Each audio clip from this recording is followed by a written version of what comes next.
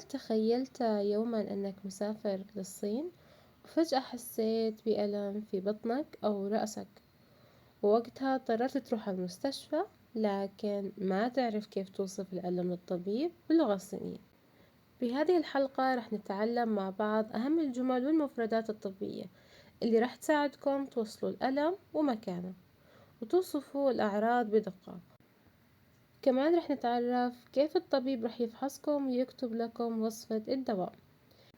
بعدين رح نتعلم الألم وكيف كمان رح نوصف شدة هذا الألم، وأخيرا رح نشوف مشهد تمثيلي كامل بين مريض وطبيب عشان تطبقوا اللي تعلمتوه في موقف حقيقي.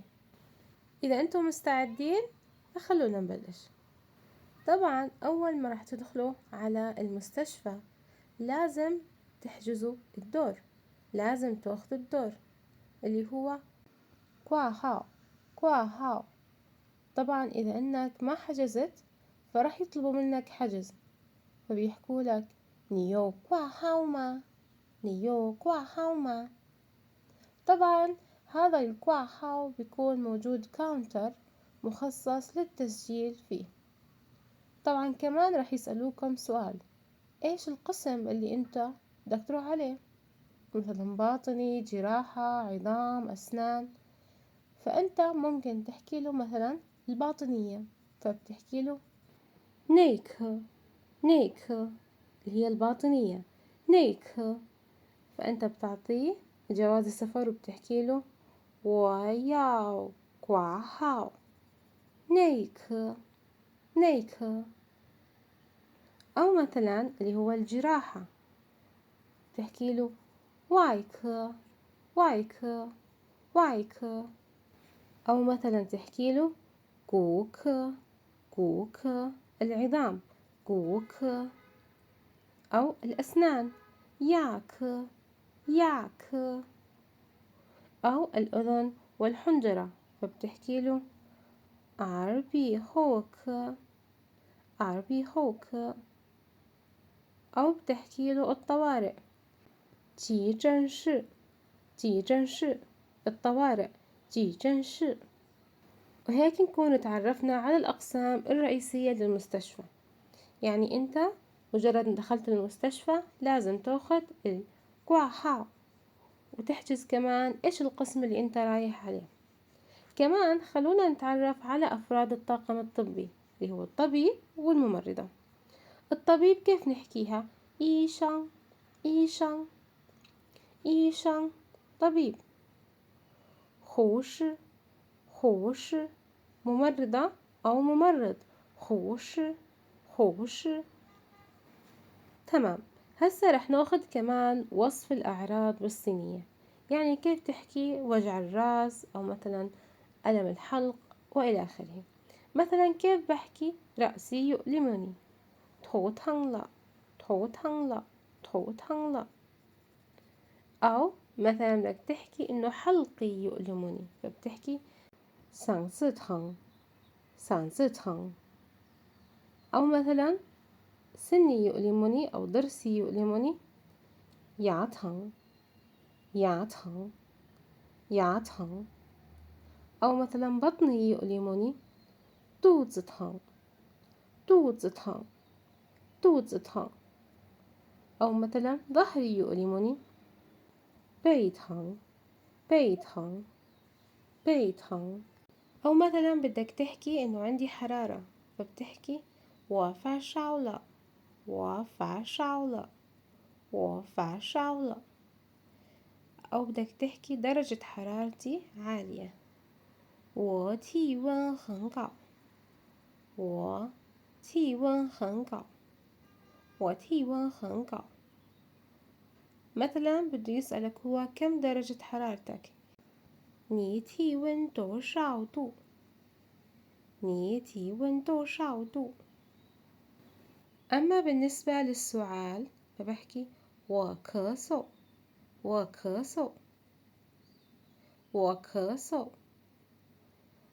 أما بالنسبة للسعال الجاف 干咳干咳干咳. سعال مع بلغم 有痰的咳嗽有痰的咳嗽أو مثلا بدك تحكي أنا أسهل كثيرا فتحكي 我咳得很厉害我咳得很厉害 كم يوم وأنت تسعل 你咳嗽几天了你咳嗽几天了你咳嗽几天了 أما بالنسبة للعطاس فبدي أحكي 我打喷嚏我打喷嚏 طيب كيف أحكي عندي حساسية وعطاس 我过敏老打喷嚏我过敏老打喷嚏 طيب كيف ممكن نعبر عن شدة الألم أو درجة الألم فمثلا إذا كان الألم خفيف فبنحكي 轻度轻度轻度 أما إذا كان متوسط فبحكي 中度中度 أما إذا كان شديد فبحكي 重度重度重度 طيب لو سألك الدكتور متى بدأ الألم أو متى بدأ مثلا بيسألك 什么时候开始疼了什么时候开始疼了 فأنت بتحكي 我已经3天了 مثلا منذ 3 أيام 已经 معناتها منذ بعدين بتحط عدد الأيام يعني 已经2天了 أو 已经5天了 وهكذا هسه وصلنا للمشهد التمثيلي بين طبيب ومريض فالطبيب يحكي 你好你哪里不舒服你哪里不舒服 معناتها أين الألم أو أين تشعر بعدم الراحة 你哪里不舒服 فالمريض بيحكي 医生我发烧了还咳嗽和打喷嚏 دكتور عندي حرارة وسعال وعطس فالطبيب بيحكي له 你发烧了多少度你发烧了多少度 إنه كم هي درجة حرارتك أو كم وصلت درجة الحرارة لأنه حكى 发烧了多少度 فالمريض حكى 38度半 معناتها 38.5 فالطبيب حكى 是干咳还是有痰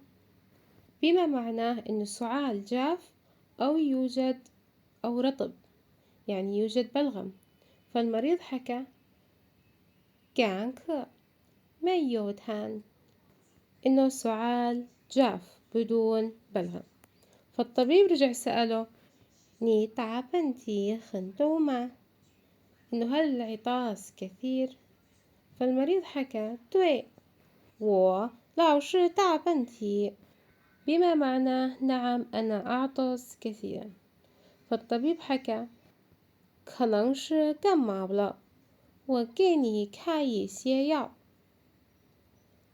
可能是感冒了 معناتها ممكن إنك تكون في نزلة برد أو مصاب ببرد وكيني كاي سياو راح أوصف لك قليل من الأدوية لما نحكي كاياو كاياو معناتها إنه يعطيه الدواء يعني يكتب له على الورقة وهو يروح يشتري هاي الأدوية فهذا الإشي اسمه كاياو بعدين الطبيب حكاله 一天3次多喝水多休息一天3次إنه في كل يوم 3 مرات 一天3次 بعدين أعطاه نصائح إنه 多喝水多休息 إنه اشرب الكثير من الماء واسترح هيك نكون وصلنا لنهاية هذا الفيديو بتمنى أنكم تكونوا استفدتوا وإذا عندكم أي أسئلة ممكن تكتبوا لي في التعليقات